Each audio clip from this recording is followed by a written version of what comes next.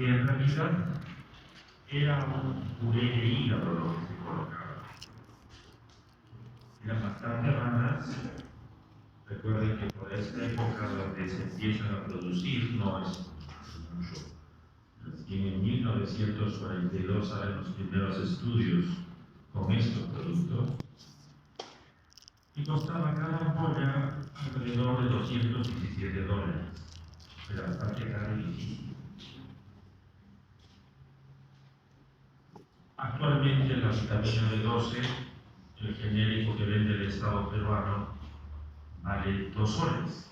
Que vean cómo ha cambiado el tiempo.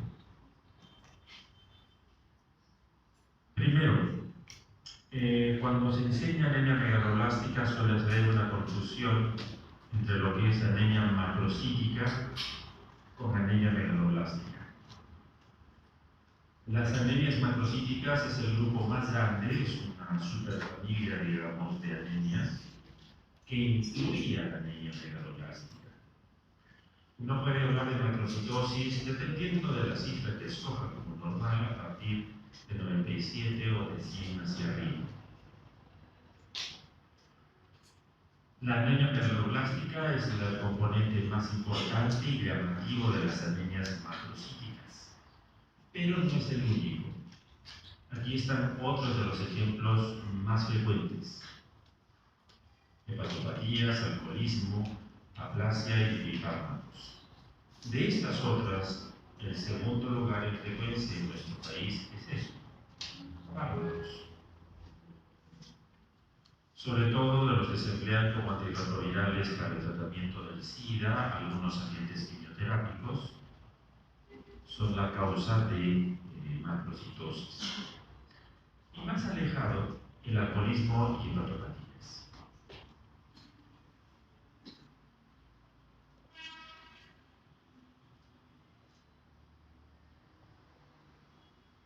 Cuando han estudiado anemia ferropénica, la primera parte que el doctor dice enfatizado es su predilección o importancia en los niños, en las mujeres, y ayer vimos que también en los viejos.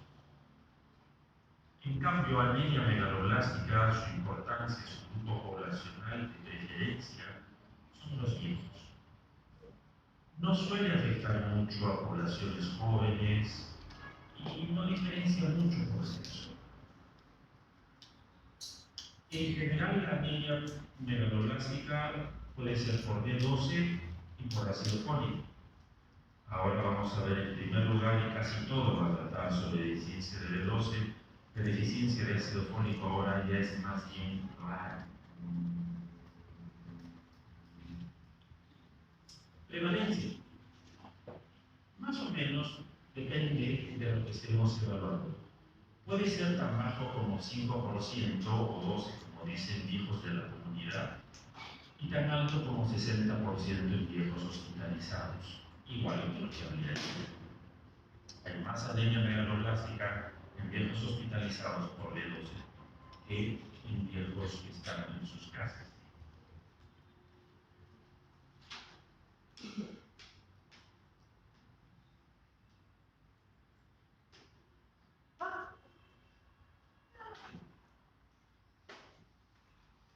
Fíjense en este estudio de Estados Unidos, para ellos la principal causa de anemia es esta de acá, que dice que no tiene etiología. Para aquellos que piensan que en Estados Unidos todo tiene etiología, pues no. La segunda causa más frecuente para los gringos es la anemia por enfermedad crónica. Más o menos como les dije ayer. En tercer lugar viene hierro. En cuarto lugar viene folato. Viene falla renal por enfermedad renal. En quinto y en sexto lugar B12. La anemia por B12 no es un problema de salud en Estados Unidos ni en los países desarrollados. No lo es. Pero, obviamente no hay estadísticas peruanas, ni siquiera brasileñas, pero en ese estudio de la India, que bueno, está más desarrollado que nosotros, pero es igual, bastante parecido a nosotros, fíjense que para ellos la principal causa de anemia es la deficiencia de hierro y por ahí muy peleada la deficiencia de B12. La deficiencia de B12 sí es un problema de salud en países subdesarrollados. Ustedes van a ver muchas más de 12 deficiencias que un estudiante de química.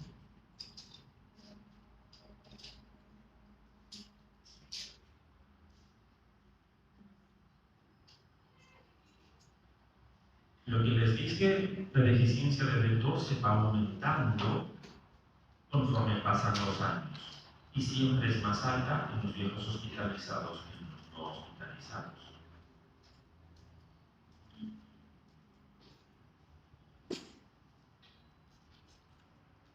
¿Para qué sirve la B12?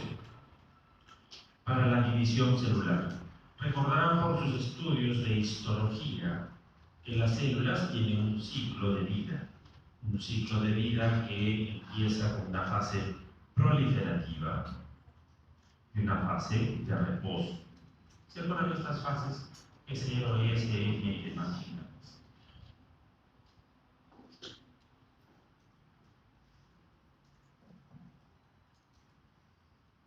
Una cadena de ADN, otra cadena de ADN. Normalmente están entrecruzadas.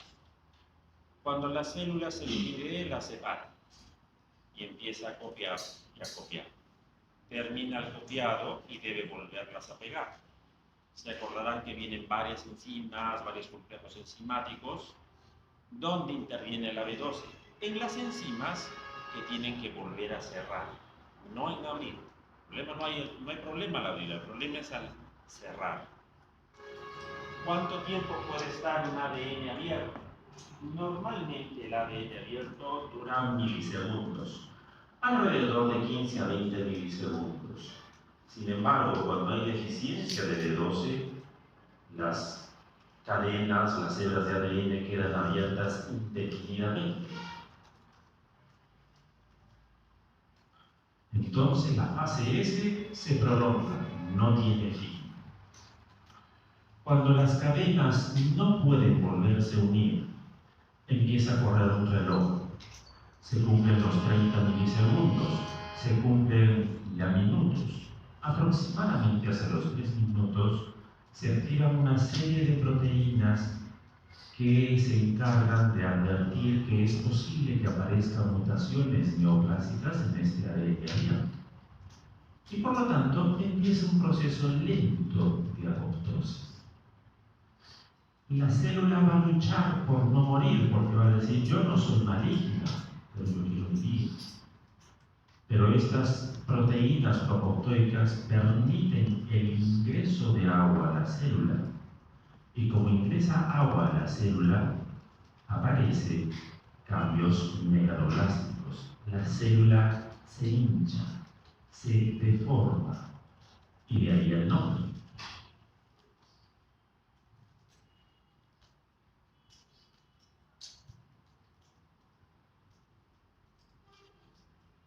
Etiología. La etiología es larguísima. De esas etiologías, solo voy a destacar dos, que son las que nos interesan para este curso. La anemia perniciosa, de la que vamos a hablar un poquito más adelante, y dos, las alteraciones, la dificultad para resolver la B12 en la gastritis crónica. Esto es lo que les decía, resumiendo las anteriores, las causas de deficiencia de vitamina B12, la más importante para nuestro medio es la gastritis crónica atópica.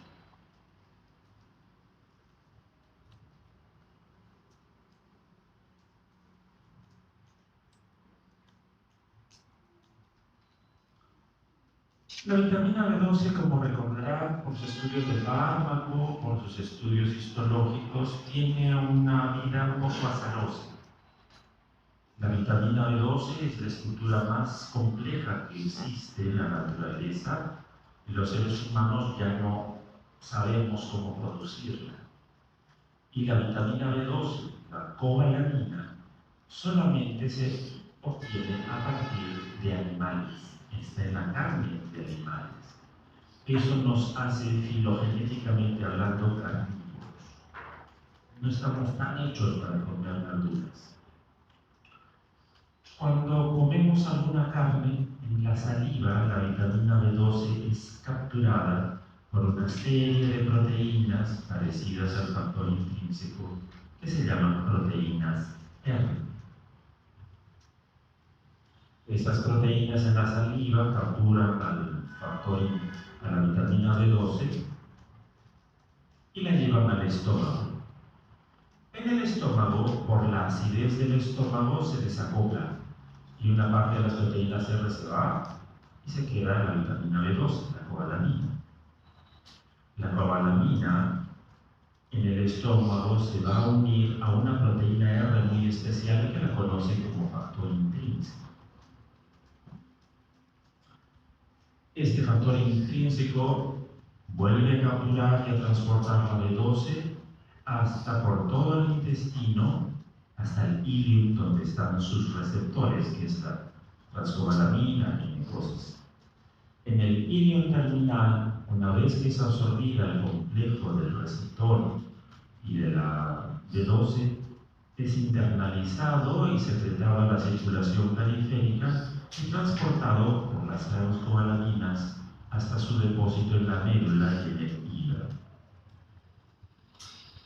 De este gráfico, una pregunta muy frecuente y en la que suelen caer muchísimas veces es el nombre de la célula del estómago que produce el factor intrínseco.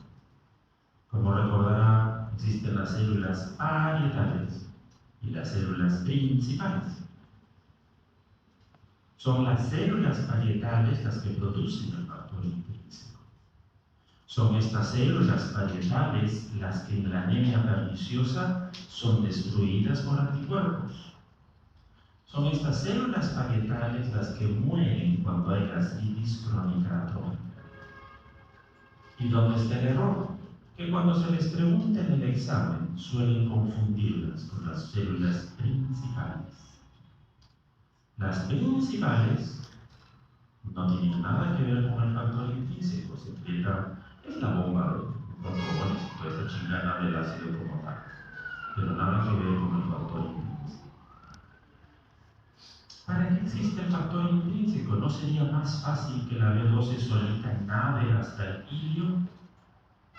El problema de la B12 es que es apetecida también por gérmenes por parte de nuestra flora. Y si bien es cierto, no debería haber gérmenes en el intestino, la naturaleza se encarga que esta B12 sea especialmente valorizada y entregada a sus receptores del ilium terminal, así haya sobrecolonización de gérmenes.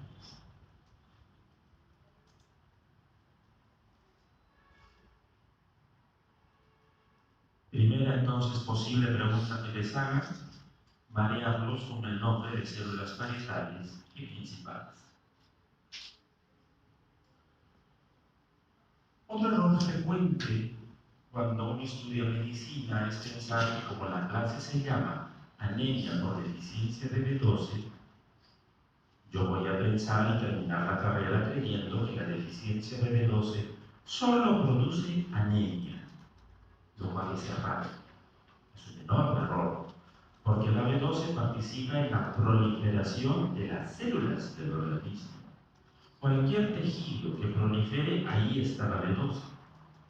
Es más notorio en el tejido hematopoyético porque su tasa de recambio es alta, pero también va a ser notorio, por ejemplo, en el tracto gastrointestinal, donde los enterocitos viven, como recordarán, entre 3 y 5 días. Y si no hay B12, no hay enterocitos, o están mal hechos.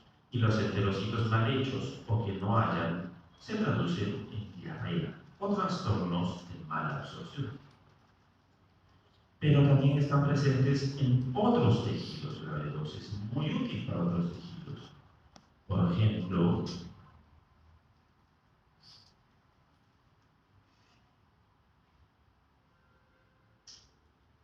más adelante voy a colocar.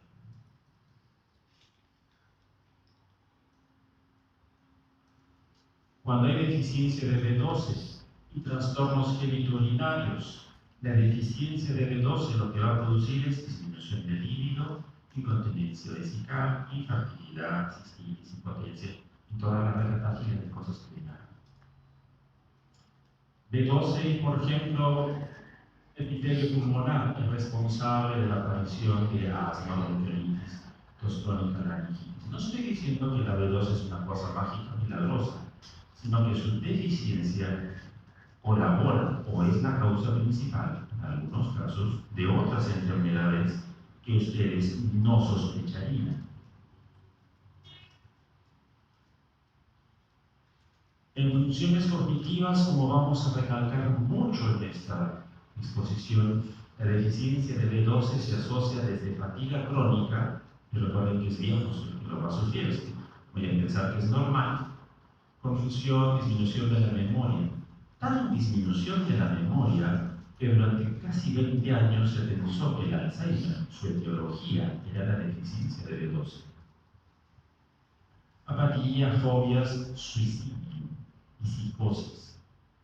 Ya no se observan los casos de psicosis y suicidio, es bien raro, pero antes era regularmente frecuente.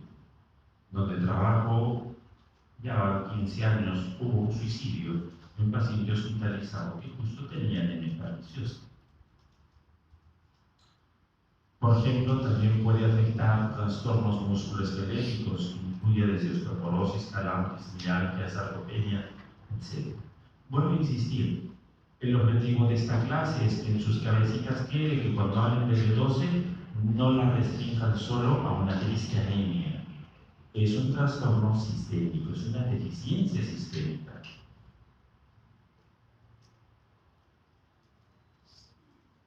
Acá hay más ejemplos de los que no voy a refutar, ya lo van a leer ustedes.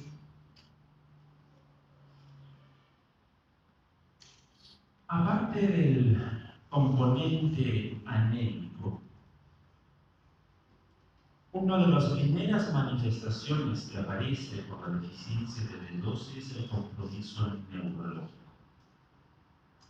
Hay un compromiso periférico y central, destacando sobre todo el compromiso central. En el compromiso del nervioso central van a aparecer, como ya hemos visto, disminución de la memoria, irritabilidad, fatiga, etc. Y en la parte neurológica periférica van a aparecer parestesias, deambulación inestable, descoordinación y calambres. En la vida real ustedes van a tener algún viejito familiar, o cuando hagan el serum van a encontrarse con enfermedades que no están descritas en sus libros. Por ejemplo, la enfermedad del susto, que no solo es peruana, es mundial. Hay enfermedad del susto en toda Latinoamérica, en China, en África. O lo mismo que el alma se le ha perdido y hay que llamar el alma. Consiste en que el paciente, el viejito, cuando está entrando en una fase de sueño, tiene un sobresalto, siente que se cae y salta. A eso le llama, ay, tiene el susto. Y la gente piensa que, bueno, hay que pasar el huevo, que hay una tontería, que hay, su alma se ha perdido y que recién va a llegar, etc. Esas manifestaciones del susto, como sería una enfermedad, algunos casos se deben a la deficiencia de B12 y otros casos se deben a la deficiencia de B12. Parestesias. No siempre está manifestada como que el viejito le diga que se le adormecen las patitas o que siente calambres. A veces se manifiesta simplemente porque el viejo o el paciente en general les va a decir: doctor, no puedo dormir porque los pies me queman y me queman tanto, tengo tanto calor que me obliga a levantarme a echarme agua a los pies. Y eso forma parte de las parestesias. Algunas de ellas pueden deberse a esto.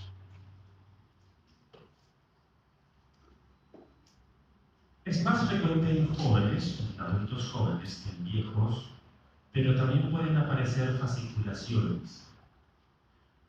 como las que tienen ustedes cuando están muy estresados y sienten que el párpado les palpita, o que sienten que alguna zona les palpita. Algunos de esos casos se deben a deficiencia de hierro y otros también a deficiencia de B12. Signos.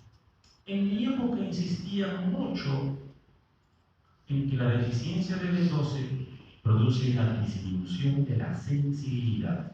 Era una patología sensitiva, particularmente de la sensibilidad superficial y profunda.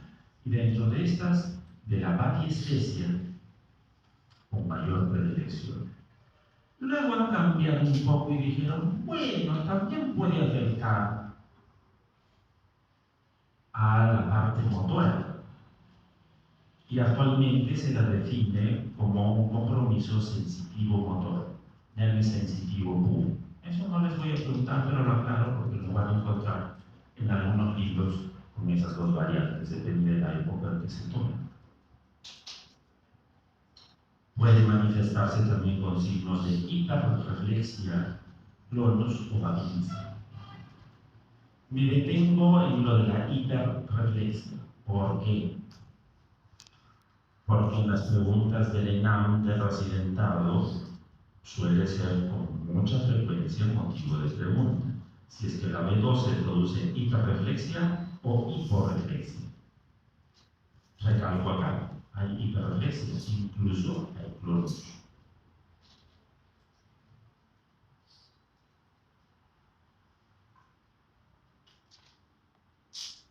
Este es un corte de anatomía patológica de una médula espinal normal, donde se ven las astas posteriores y las anteriores, bastante nítidas.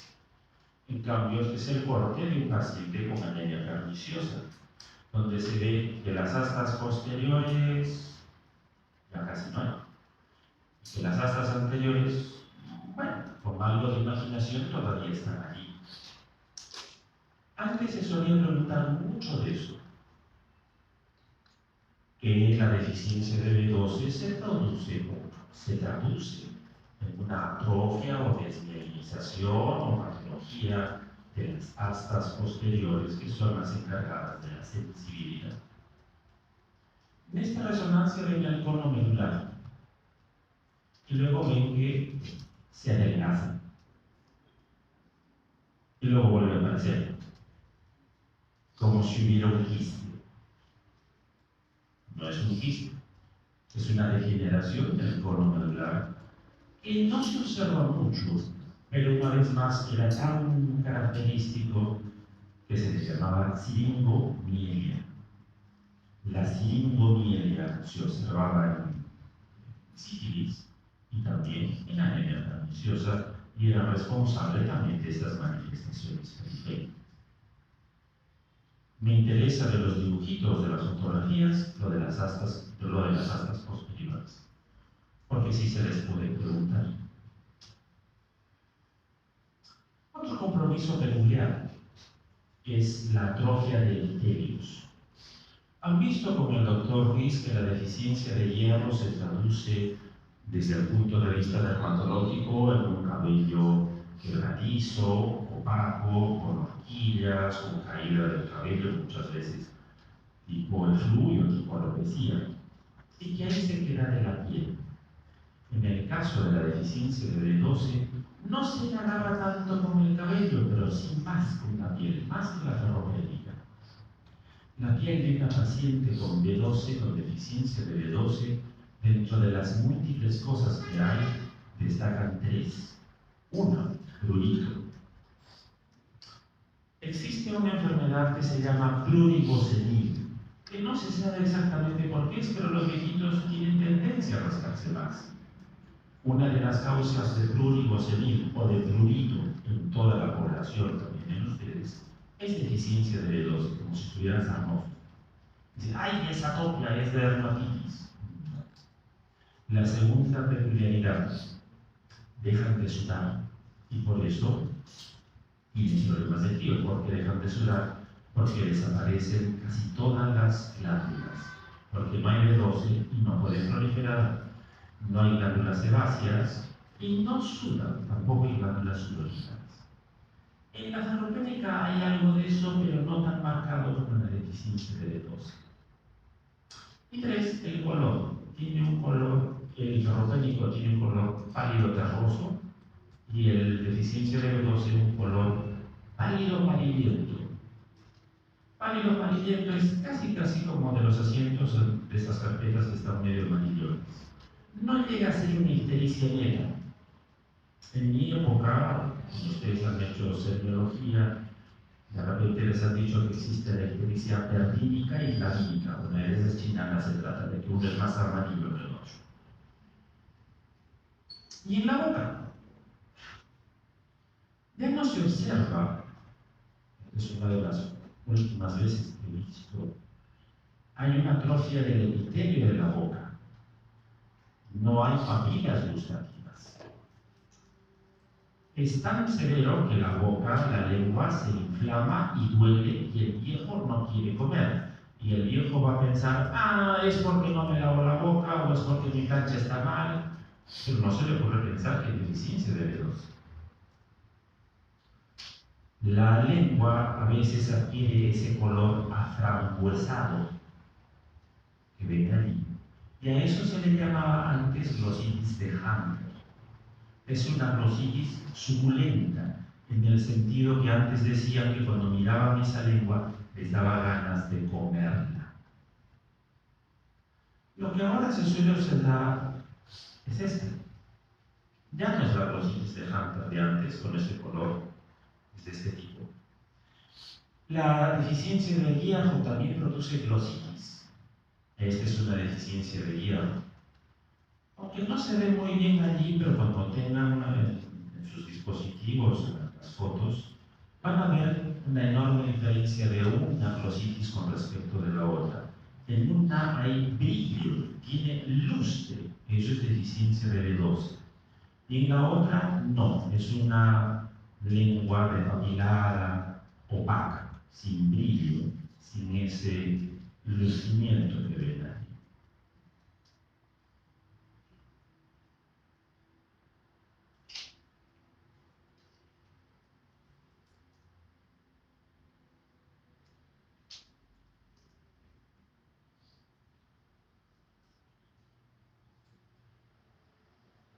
Este de aquí es el estudio más grande que se hizo de anemia megaloblástica en el Perú. Es tan viejo como 1989 y se hizo en el Hospital Daniel Alcides Carrión del Callao. Es el más grande, insisto, porque se tomó una enorme cantidad de población. No se han vuelto a repetir, así es que sus datos siguen teniendo vigencia incluso ahora. Allí se enlistan las principales manifestaciones clínicas de una deficiencia de B12. Si la anemia ferropénica clínicamente destaca porque le duele mucho la cabeza y porque hay un gran compromiso muscular, una gran debilidad muscular, una fatiga muscular, la deficiencia de B12 se destaca por 3 cosas: baja de peso, diarrea e ictericia. Hay más, pero esas 3 cosas son las que tienen que saber. Diarrea, ya lo expliqué, porque los enterocitos se recambian cada 3 o 5 días y por consiguiente la deficiencia de B12 es una de sus manifestaciones más precoces, antes que aparezca la anemia. Es una diarrea que se suele confundir con intestino irritable. Le da diarrea de buenas a primeras, un día solita se autolimita y el paciente entra en trombo porque no sabe qué cosa debe comer o qué sí debe comer. La diarrea antes era tan severa que se decía que era una diarrea lientérica. Pérdida de peso. No es una pérdida de peso cualquiera. La deficiencia de hierro produce baja de peso, sí, hasta un máximo de 5 kilos. La deficiencia de B12 produce bajas de peso de mínimo 20 kilos o más. el paciente siente que se está chupando, que está desapareciendo, y como es una baja de peso rápida, en 1 o 2 meses, el paciente cree que tiene cáncer y que se va a morir. De hecho, antes de 1940 se morían. De ahí el nombre de anemia perniciosa, porque los mataba. Se consideraba mortal.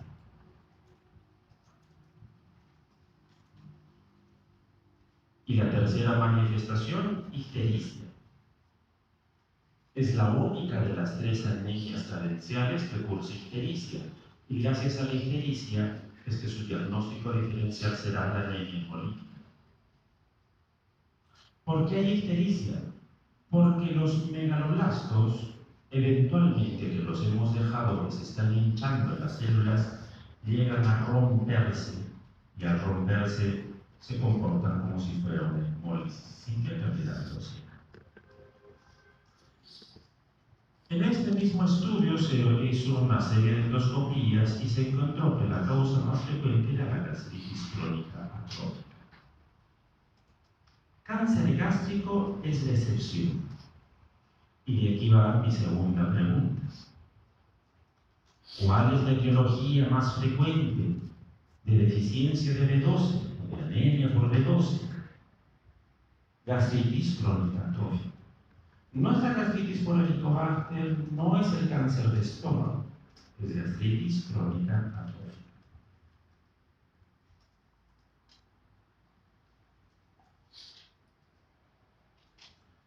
Dos palabras sobre anemia perniciosa. ¿Por qué merecen unas palabras aparte? Porque esta es una forma de anemia megaloblástica por B12 autoinmune. En la más común de las formas de anemia megaloblástica por B12, la de gastritis crónica, la gastritis crónica aparece porque soy viejo. No hay otra. No es autoinmune. Es simplemente porque he comido chatarra, y el estómago ya no jala más. En cambio, en la anemia perniciosa hay un problema de anticuerpos. Son autoanticuerpos dirigidos no contra la B12, y eso es lo que yo suelo preguntarles para confundirlos. Los anticuerpos están dirigidos contra el factor intrínseco, contra las células parietales y contra las células tiroideas, más que contra las células tiroideas, contra la tiroglobulina. Insisto, antes se publicaban en las revistas casos de anemia perniciosa, hay fotografías un poquito más creepy, donde se ve que como le van tomando fotografía a las personas y se van muriendo hasta el momento en que muere por anemia perniciosa. Yo solo he escogido una del inicio del brazo y como antes de que muera se termina literalmente chupando. Era mortal.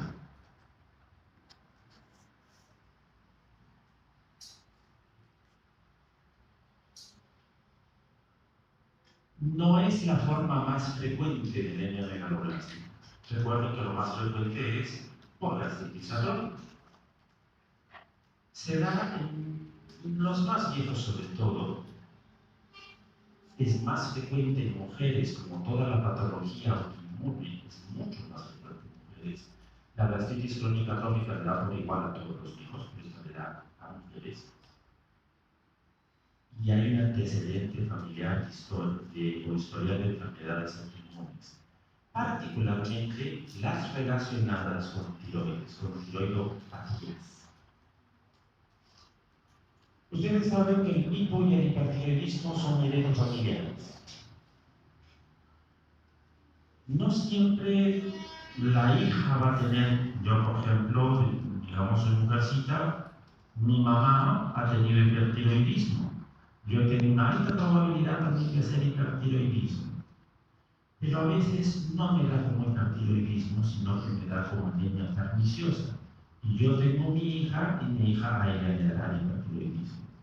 La herencia no siempre se mantiene por el lado de la tiroides, muchas veces tiende a mezclarse con anemia perniciosa en ese momento.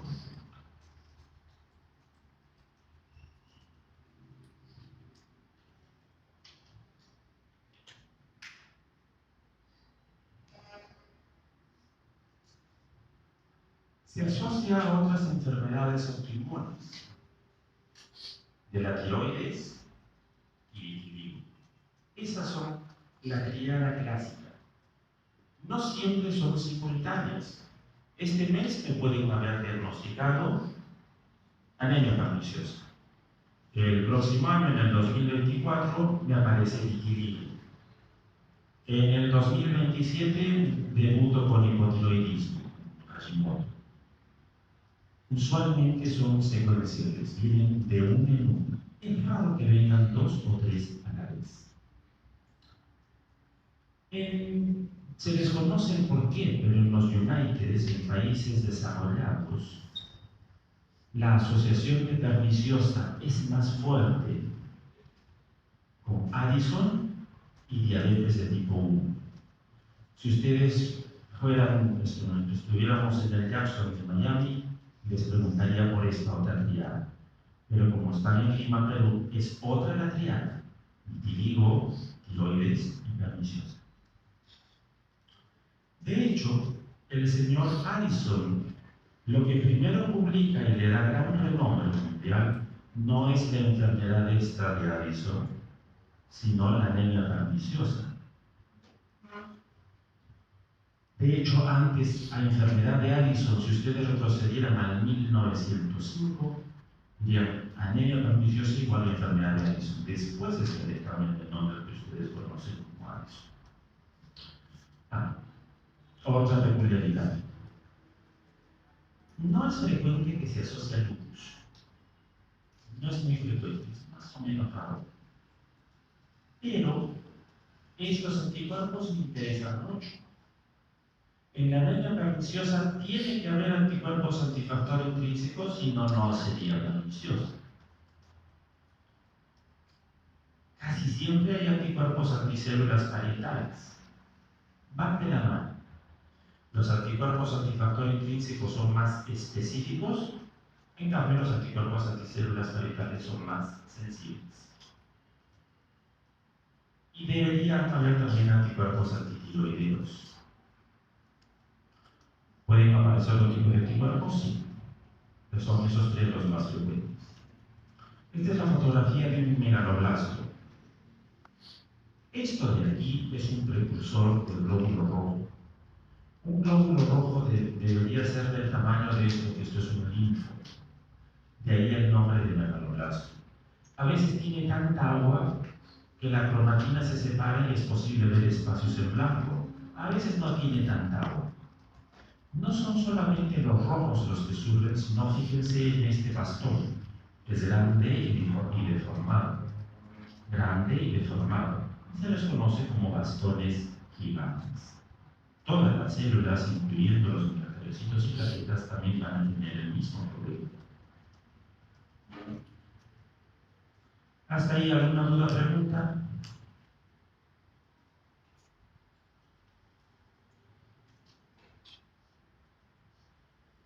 Laboratorialmente. Si laboratorialmente la anemia sarcopénica se caracteriza por ser una anemia con trombocitosis, es la única anemia que cursa con trombocitos, con plaquetas altas.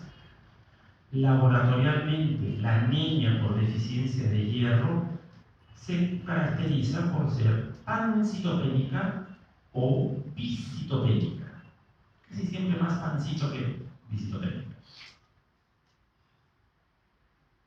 Según este estudio del Callao, más del 80 al 90% tiene esto. Es raro que una anemia por B12 venga solo solita una anemia. Eso es raro. Esta es mi cuarta pregunta sobre esta clase. Que me sepan decir qué anemia viene o se caracteriza por pancitopénica. ¿Algo tiene que ver con el hierro? Sí. Como no hay B12, no hay proliferación celular, usualmente el hierro está normal o aumentado. Diagnóstico diferencial. A este hecho de que los glóbulos rojos, que toda la médula ósea está hinchándose de agua hasta que hace pum, Se le conoce como eritropoiesis ineficaz, que en buen cristiano es una forma de hemólisis, pero dentro del menopausia. Gracias a esto es que tengo bilirrubina indirecta alta. Gracias a esto es que tengo un aumento de esta enzima deshidrogenasa láctica. Y gracias a esto es que tengo una disminución de la lactoglobina. Estas tres cosas también están presentes en las anemias hemolíticas. Las van a ver en las clases de anemias hemolíticas. De ahí que se puedan confundir. Y si encima tengo un cuadro ictérico en ambas, es muy fácil de confundirlas. La diferencia está en que la anemia megaloblástica por B12 tiene reticulocitos bajos y la anemia hemolítica tiene reticulocitos altos. Es su única diferencia.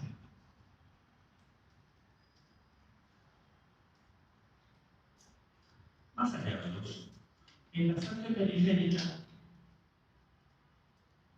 puede observarse ortocromáticos, varios hallazgos, pero uno de los hallazgos más peculiares de la deficiencia de B12 es que los polimorfos nucleares se encuentran polisegmentados, es decir, tienen más de 6 núcleos o 6 lóbulos.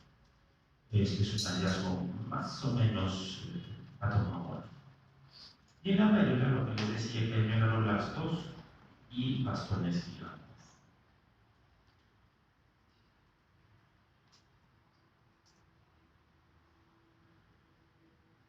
Problema. El problema debería ser que yo, ¿cómo lo debo enfocar al paciente? Paciente que viene con anemia, y si tiene alguno de estos tres síntomas, diarrea, baja de peso, o ictericia, pienso, ay, este es megaloblástico. El hemograma, ¿cómo debe ser? Que debe tener mancitopenia o visitopenia. Paréntesis, no tengo acá pulmón, sí les sugiero que lo anoten, que es volumen. Ustedes les han dicho que como buena anemia megaloblástica debe tener volumen alto, ¿cierto? Pero hasta un volumen de 110 no es posible afirmar o negar nada. Existen anemias ferropénicas que vienen con volumen de 108, existen anemias hemolíticas que vienen con volúmenes de 105, no afirmen nada. Cuando el volumen está entre 110 y 120, solo puede ser deficiencia de B12 o deficiencia de ácido fólico. Y si el volumen está por encima de 120, solo puede ser deficiencia de B12. Si yo tuviera una pancitopenia y un volumen de 130, digo cantado, esto es una anemia por deficiencia de B12 muy probablemente perniciosa. Si yo tengo hemoglobina 4 y un volumen de 115, digo, tal vez sea B12, tal vez sea ácido fólico. Pero si tengo una hemoglobina de 8 con un volumen de 106, no me atrevo a afirmar que sea B12. Tampoco lo niego, pero así que lo firme, no. El paso siguiente es confirmar mi diagnóstico midiendo la vitamina B12. El problema de medir la vitamina B12 es esto, no hay un valor. La OMS dice, el promedio, quizás la primera, el promedio de vitamina B12 a nivel mundial es de 480. Los United, el Ministerio de Salud de los United dice, no, yo no digo promedio, yo digo el mínimo para mi población, que es 350. Los japoneses dicen, no, nosotros estamos entre 500 a 1300. Harrison les va a decir, no, para mí es este. Canadá dice este, y los judíos dice aquello, y los alemanes dice lo otro.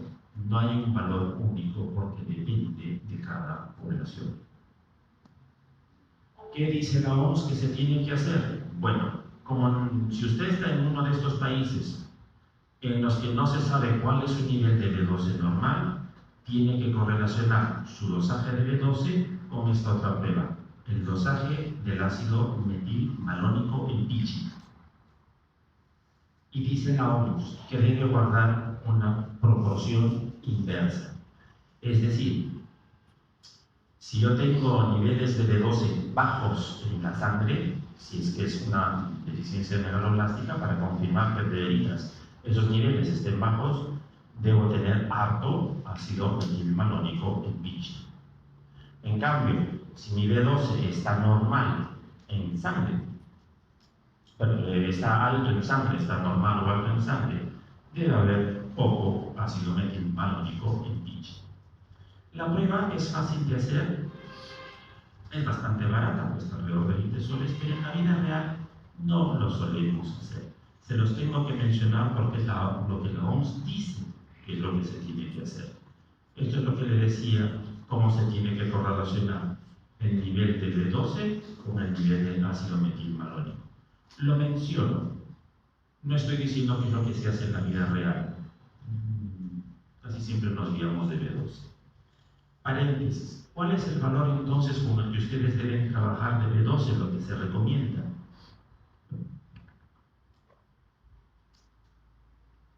La OPS sugiere para Latinoamérica que se trabaje con el nivel de 350 que dice el Ministerio de Salud gringo. Es decir, si ustedes tienen un paciente que tiene 340 de B12, según la OPS, miran el metilmalónico, pero ya consideren como que le falta, que está disminuido. ¿Por qué recomienda esto la OPS? Porque los gringos han incluido a todos los chicanos, cubanos y ahora venezolanos dentro de su población para sacar este promedio. Entonces es un valor mucho más cercano que el que da la OMS, donde ha incluido más razas.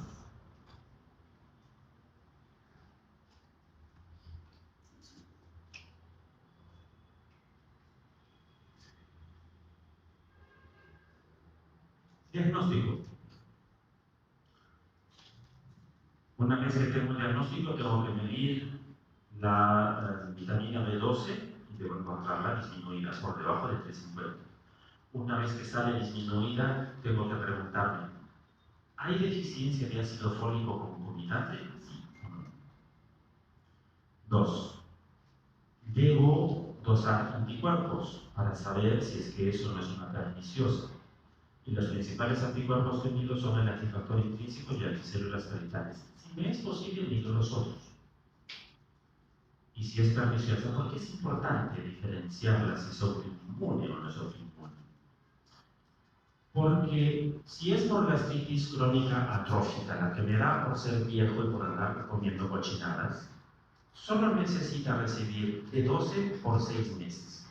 La B12 va a hacer que el epitelio gástrico e intestinal se recupere, la gastritis sin necesidad de hacer la endoscopía se recupere y otra vez vuelva a tener un estómago funcional. 6 meses. Otra cosa es que el viejo siga comiendo cochinadas y volver a recaer, pero en teoría, 6 meses. En cambio, si es perniciosa, el suplemento de B12 es de por vida, porque es incurable. Y además, si es perniciosa, le diré, si usted no tiene problemas de la tiroides, chequéese cada 6 meses su tiroides porque la va a debutar en algún momento.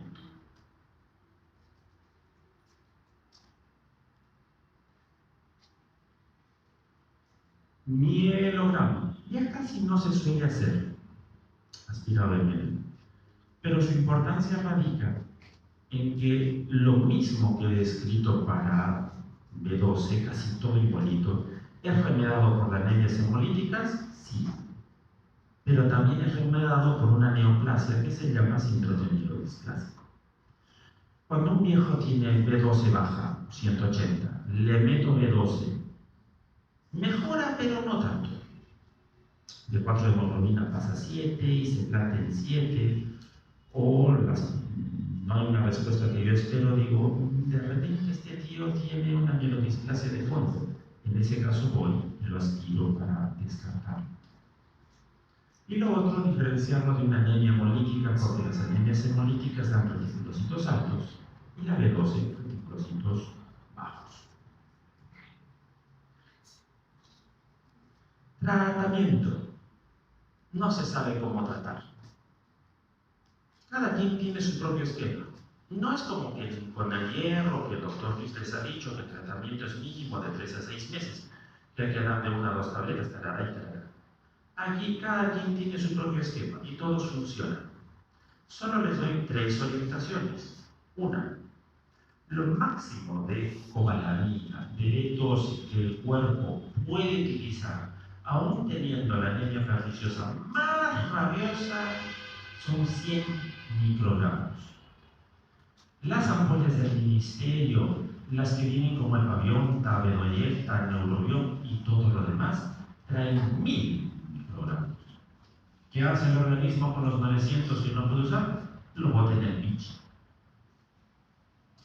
Existen ampollas que incluso les van a engañar y le van a decir, mira, yo traigo de B12 5000 miligramos. Y hay otras ya mucho más caras que se le llama HiPAC.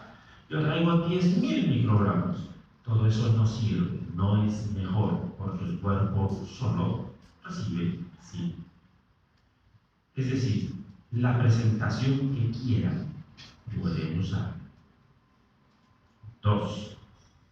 Vía oral, vía parenteral. La vía oral no se recomienda, salvo que use las ahora frecuentes, ha bajado mucho de precio, se están popularizando, vitamina B12 sublingual. Equivale, es tan efectiva como ponerse las ampollas, pero tengo yo que escribir allí B12 sublingual, o si me conozco alguna de marca, genial. Antes no era tan popular en Latinoamérica, desde hace 3 años después de la pandemia se ha popularizado, ha bajado mucho de precio y son igual de efectivas que la vía parenteral. Lo malo es que recuerde que son pacientes que su memoria no funciona muy bien, por lo tanto casi siempre se olvidan de tomar la pastilla o de chuparla. Por eso es que muchas veces se prefiere que al inicio, hasta que mejore la memoria, de los 6 meses de tratamiento, al primer mes ya mejoren ampollas, porque así está seguro que le dolió o no le dolió el voto. Y la tercera recomendación. Antes había un enorme interés en decir, ay, si le das B12 y ácido fólico a la vez, y venían las preguntas que no se podía dar por separado. En la actualidad ya no hay mucho que arañarse por ese lado. Ahorita vamos a hablar de ácido fólico, que es chiquitito, pero van a ver que ahora hay ácido fólico en casi todas partes, a falta que haya en el aire ácido fólico. Antes, en cambio, en mi época había ácido fólico muy restringidamente, y ahí sí tenía ese color. Es decir, pueden dar B12 sola, pueden dar B12 sola. Pueden dar B12 y ácido fólico asociados, si es que quieren, como les gusta, da igual. En mi época eso era pecado. Hasta ahí sobre B12. ¿Alguna otra pregunta? 5 minutos de descanso. Viene ácido fólico, no es que sea grande, son solo 10 millas más, pero para que se desocupen, vayan al baño, coman y jueguen.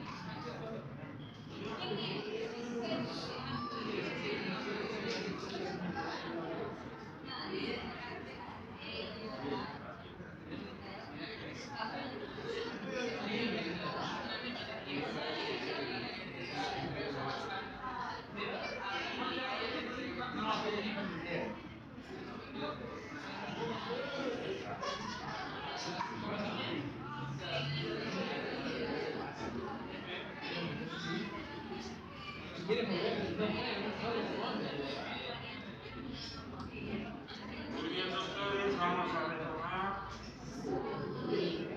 la última parte de la exposición sobre ácido fólico. Antes era muy importante, ahora ya no tanto. Lo que ven allí es un mapa de la OMS. Una vez más, la OMS se quedó sin plata y ya no ha vuelto a actualizar los mapas después de esta época de 2007, 2008. Donde se puede la deficiencia de ácido fólico en ese momento. Donde el Perú efectivamente está ahí, como siempre, y casi toda Latinoamérica ahí postulando uno de los primeros lugares. Háblame de Pablo.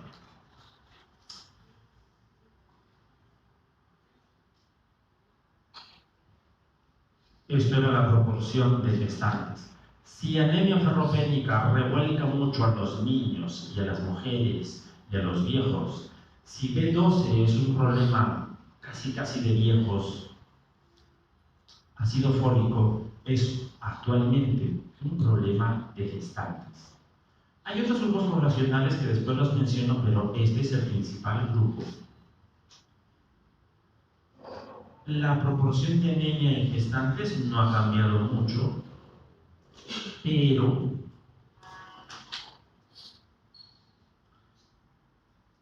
en el año 2000, este es el 2008 si no me equivoco, la OPS financió este estudio en Lima Metropolitana para medir hierro y medir ácido fólico en gestantes. El hierro obviamente salió bajito, que si tenían anemia, machingada, pero del ácido fólico, la prevalencia de deficiencia de ácido fólico fue muy baja, 0,2% nada más.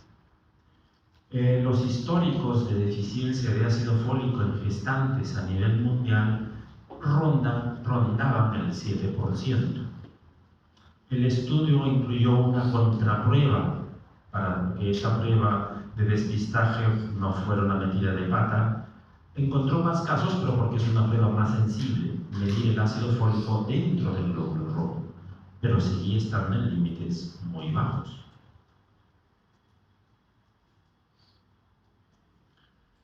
Esta otra tabla ejemplifica los casos de defectos del tubo neural.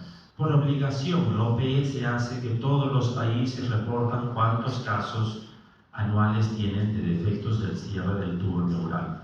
Básicamente, anencefalia, espina bífida, meningocele y problemas del cierre de la columna, de la espina. Y fíjense que hasta este año casi todos eran por ahí más o menos saltones y luego de 15 pasan a 6, a la mitad y él no vuelve a levantar. ¿Qué sucedió este año? Estaba en el gobierno el señor Alan García. Y no de buena gente, sino obligado por la OPS, porque la OPS llevaba buen tiempo existiendo en Perú, porque era el último país de América del Sur el que no había implementado una política de suplementos de ácido fólico. La OPS le pagaba al Estado peruano para que lo implemente, Toledo no lo hizo, y el señor García se vio obligado y autorizó y dio una ley para que se suplemente con ácido fólico, con hierro y por ahí con otros oligominerales.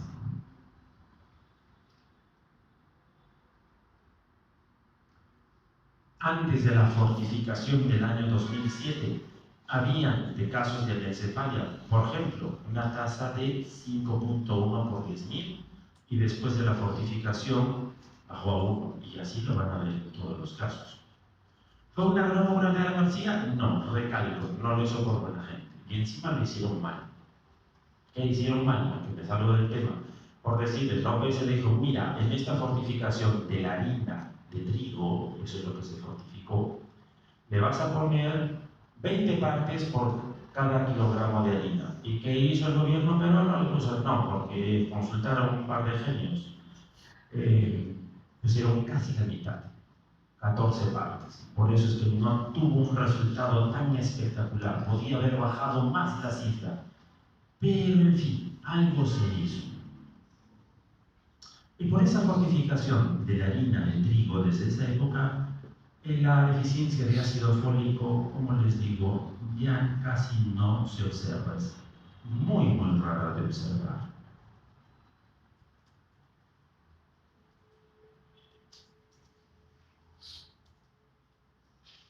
La deficiencia de ácido fólico puede ser por dieta insuficiente.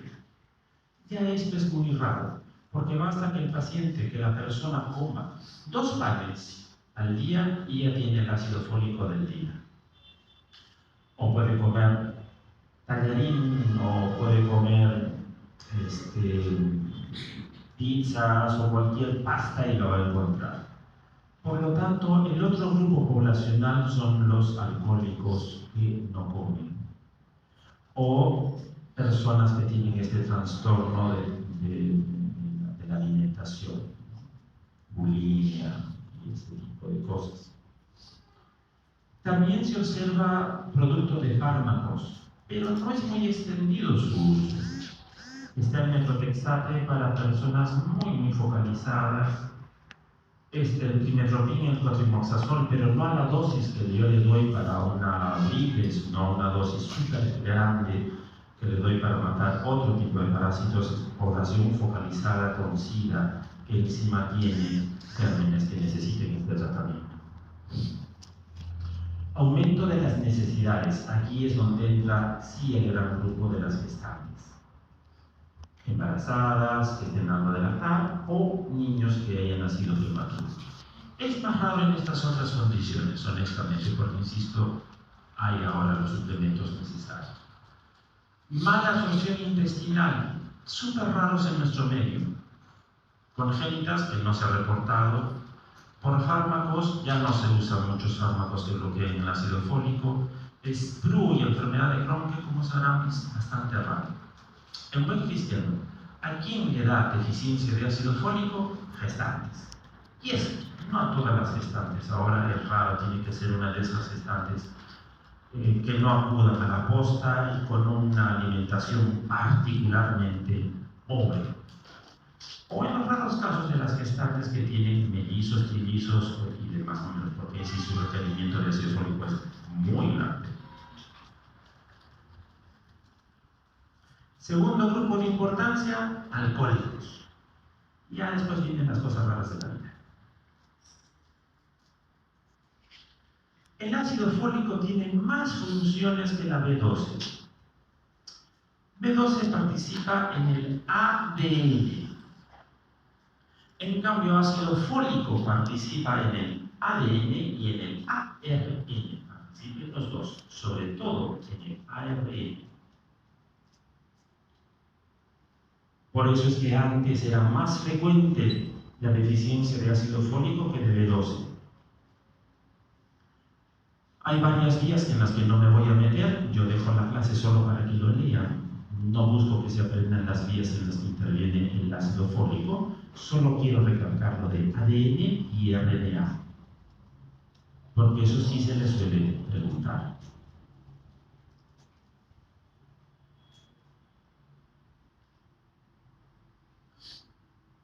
Esto de acá fue un folleto, es un folleto que se repara en el aeropuerto de los United, me pareció de lo más chistoso.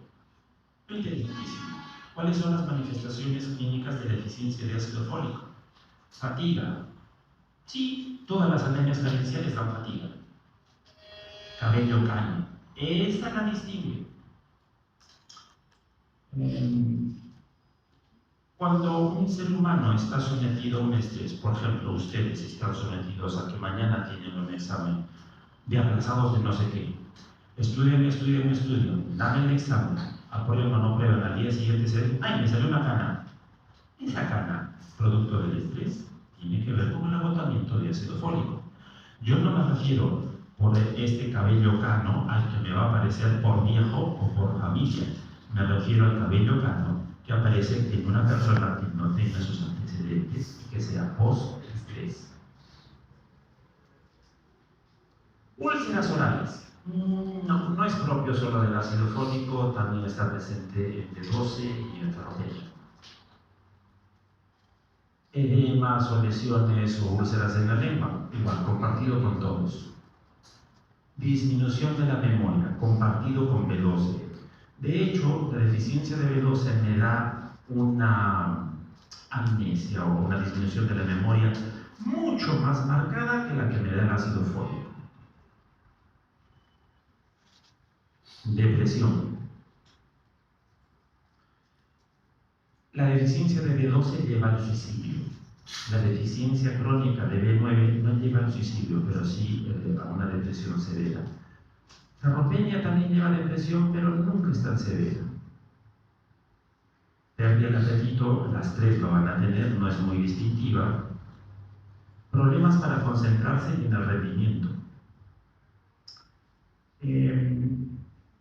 A ustedes les va a pasar que creen que tienen que amanecerse porque mañana tienen un examen y han decidido que hoy día pues se amanecen. Le meten café, le meten Red Bull o lo mezclan con algún menjunje más para estar despiertos, en la esperanza de que algo de lo que estudien se les queda, que la verdad ya lo han estudiado antes y no se les queda nada, no mejoran absolutamente nada. Estadísticamente da lo mismo que se tome un matecito de anista que se tome Red Bull, no mejoran nada de nada. Pero, ¿qué pueden hacer para mejorar su concentración, su capacidad de rendimiento? Primero, tomar hierro y segundo, tomar ácido fólico. El hierro, muchas veces ustedes, por el ambiente que esto es un dañinero, que acá hace harto calor, por las clases que se dan en un horario raro, si tienen derecho a dormir, yo lo entiendo. Pero así presten atención, muchas veces no se queda lo que debería quedarse, así estudien lo que quieran. Si hay ferropenia de por medio, su rendimiento no va a ser lo mismo. Siempre se han quejado y van a escuchar quejarse. Ay, ¿por qué si yo marqué y la borré y se mata? ¿Por qué lo borras? Ese error subconsciente de marcar y borrar la respuesta correcta, aunque no lo crean, tiene un sustrato orgánico que es deficiencia de hierro o de ácido fólico. Defectos de la espina, defectos del cierre del tubo neural. Sí, este también es propio del ácido fólico. Eso no lo dan las otras anemias. Chatura. Las tres anemias dan chatura, pero la que produce más chatos es la anemia ferropénica. Los chinos en la década del 40 y del 50 tenían casi la misma estatura que los peruanitos, 1,55 m. Ahora los chinos no, el promedio de talla de un chino es de 1,74 m, 1,78 m, porque han combatido la anemia eficientemente. pero la deficiencia de ácido fólico es la segunda en dar chatura. Resumiendo, ¿qué manifestaciones clínicas destaca porque son propias, sugerentes de ácido fólico? El ocano y defectos del cierre del tubo neural. Todas las demás, en mayor o menor medida, son compartidas por hierro y o hidróxido. Cuando digo defectos del cierre del tubo neural, es limitar las malformaciones que produce ácido fólico. Se señalan esas porque son las más serias, las más groseras, las que por obligación el Estado peruano tiene la necesidad de reportarlas a la OMS. Pero también la deficiencia de ácido fólico se asocia a otras malformaciones mucho más frecuentes. Por ejemplo, labio hendido y paladar hendido.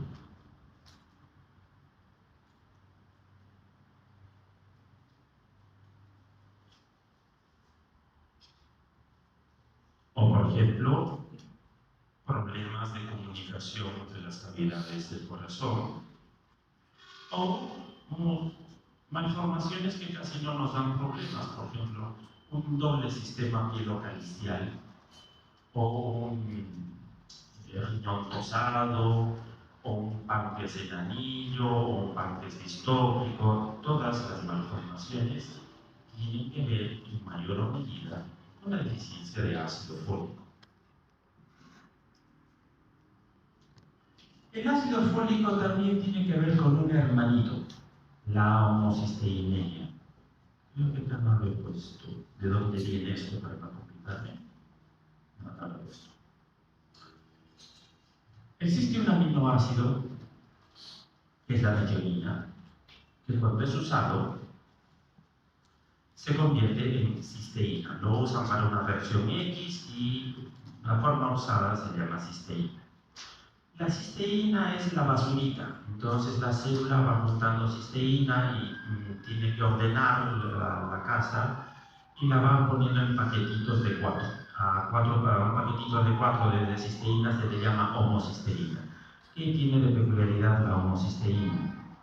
Que el ácido fólico normalmente viene, jala las 4 moléculas de homocisteína y las reconvierte en metionina y se vuelven a reutilizar.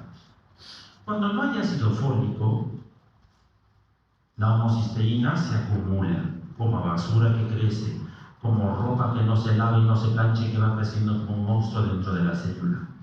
Esta homocisteína por sí sola va a producir más efectos clínicos dentro de lo que destacan los efectos trombóticos. Da manifestaciones trombóticas, desde infartos del cerebro, infartos de miocardio, patología coronaria, aterosclerosis, etcétera, pero fundamentalmente fenómenos trombóticos. Diagnóstico. El diagnóstico es fácil. No les he puesto un hemograma, porque es sencillo. Si la anemia ferropénica destaca porque es la única que viene con plaquetas altas, si la B12 es la única que viene con pancito o visito, la anemia por ácido fólico siempre viene como anemia, nunca viene como pancito o visito. Y su volumen rara vez es muy grande. No es un hemograma muy llamativo que diga, este hemograma me parece de ácido fólico. No hay eso. Solamente voy a ver una anemia random y nada más.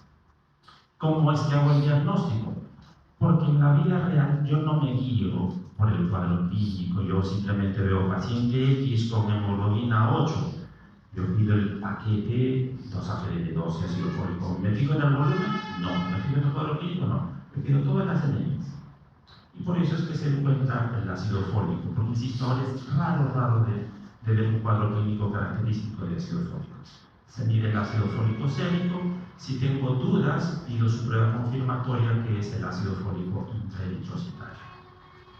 Medir homocisteína, eso es en caso que haya trombosis. Cuando un paciente tenga anemia megaloblástica por ácido fólico y hace trombosis, la mediré. Fíjense en este hemograma. Leucocitos un poquito alterados, mayor alteración. La hemoglobina sí está alta. Las plaquetas un poco altas. Y lo que me llama la atención es el volumen. Como les dije, un volumen entre 110 y 120 puede ser o ácido fólico o puede ser B12. Este hemograma en específico, solo por la hemoglobina y el volumen, estoy diciendo, esta es una anemia macrocítica B12 o ácido fólico.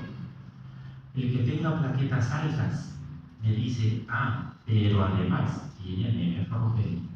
Es una anemia mixta.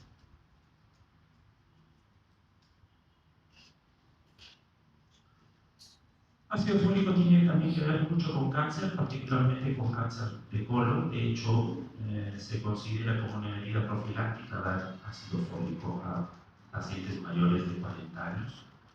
Tratamiento. Hay un tratamiento del como les dé la gana. Antes había recomendaciones. ¿Cuánto de ácido fólico doy cuando es una anemia megaloblástica? ¿Cuánto de ácido fólico doy cuando es un SPRU? ¿Cuánto de ácido fólico doy cuando tiene trombosis por hiperhemocisteínemia? ¿Cuánto de ácido fólico doy como profilaxis para que no tenga malformaciones? Actualmente, gracias a esta suplementación, la respuesta es, si en estos tiempos ustedes encuentran a alguien gestante o alcohólico o un paciente X que tiene deficiencia de ácido fólico, la dosis es estándar. Una pastillita de 0,5 cada 8 horas, ¿cuánto tiempo? Hasta que se corrija la deficiencia. Usualmente son 1 o 3 meses. Es decir, no hay un esquema especial. Todavía en alguna bibliografía van a encontrar estos esquemitas. No se los aprendan porque ahora no tiene sentido.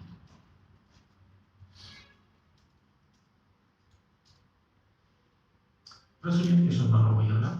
Eso es para que ustedes estudien.